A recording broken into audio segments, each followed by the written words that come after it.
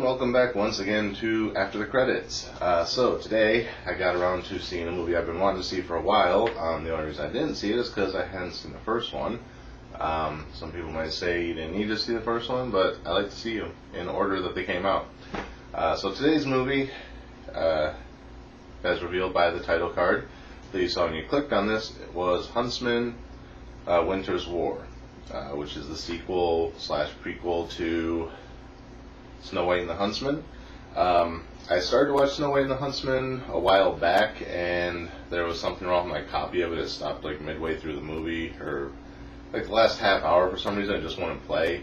I had a similar problem with another DVD that I bought, where it just wouldn't play past a certain point. Finally got it to play the other day. I was like, let me try it in a different player, because now that I'm here at my mom's, there's tons of DVD players. I was like, let me see if I can finish it, then I can go see the new one. Popped it in, jumped ahead to the spot where it normally stops, and magically it played. Go figure. So, finished watching it finally after all these years. Then I finally got to go see Winter's War, which has been out for about a month or so, but it's still in the theater, so that's cool.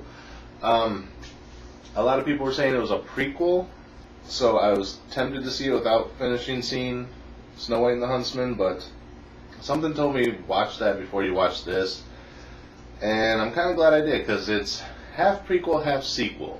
We start out jumping back in time, telling the story about how the evil queen actually had a sister, and what happened between them years ago, shortly before the time when the evil queen took over the kingdom and Snow White and the Huntsman began.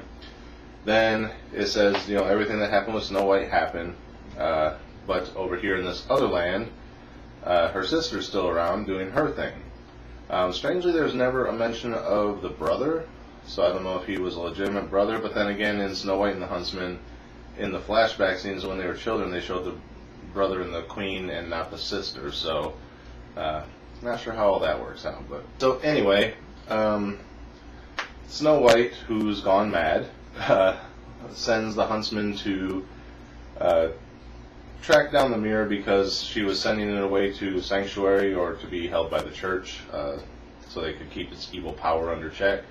It disappeared on the way there, so she dispatches the Huntsman, and one of the 7 dwarfs, or 8 dwarfs, however many there were in the first one, I'm confused by that, because it starts out with 7, one of them dies, but then at the end they show 7 of them alive, so it might have been 8 to start with, and then 1 died, and then the 7 continued.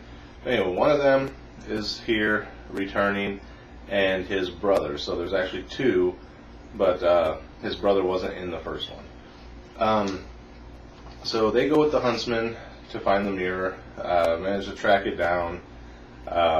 It goes into the Huntsman's backstory and his wife and how she died, which I don't think 100% matches what they said in Snow White and the Huntsman. I thought they said that he had a wife and children, and the way this depicts it, his wife was a fellow huntsman, which is the name of the soldier group of the Snow Queen, and they just kind of fell in love, which was forbidden, and they tried to escape, and that's when she died.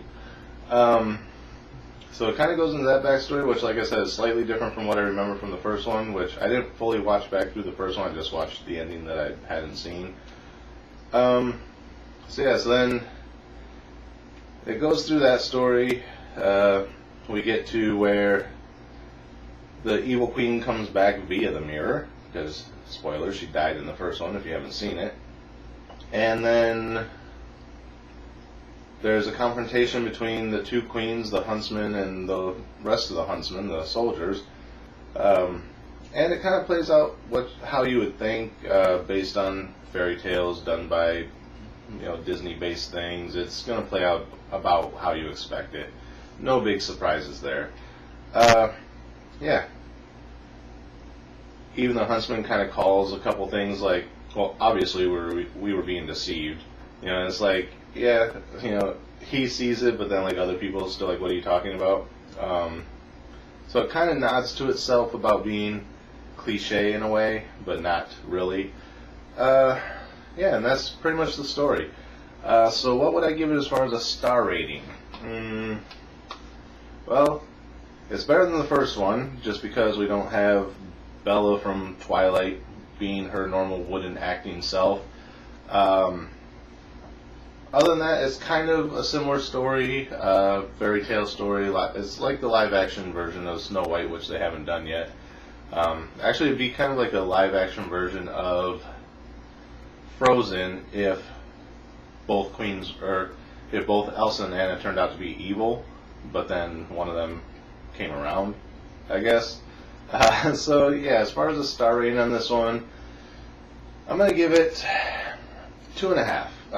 Kind of middle of the road, not horrible, not greatest movie, just right there. But like I said, a few things were a little bit out of continuity and confusing to me, so that's why it gets bumped down to the 2.5 a little bit. So yeah, that's my review of Huntsman's Winter War, or whatever the hell it's called, the Huntsman Winter's War. There we go. I'm reading it off the screen right there. So that's my review of that. That's it for this episode. Again, as always, thank you guys for watching. Remember to like, comment, rate, subscribe, share the video. Links are in the description. That's why I was pointing down there. And up here in the corner if you're on YouTube. Yeah, more of these coming up. Got one more full review, and then I got something else to talk to you guys about at the end of that. So stay tuned. Until then, we'll see you after the credits.